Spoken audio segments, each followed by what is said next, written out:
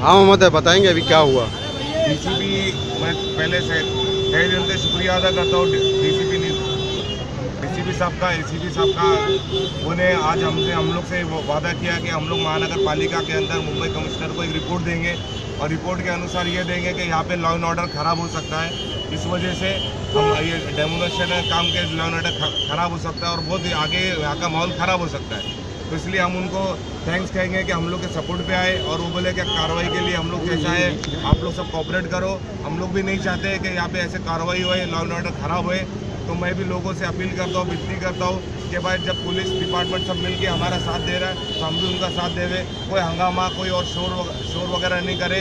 हम लोग सब मिलके डीसीपी साहब, मैं खुद जाके कमिश्नर साहब से हम लोग सब बैठने वाले, जितने यहाँ के नगर सेवक और एमएलए जितने सब मिलके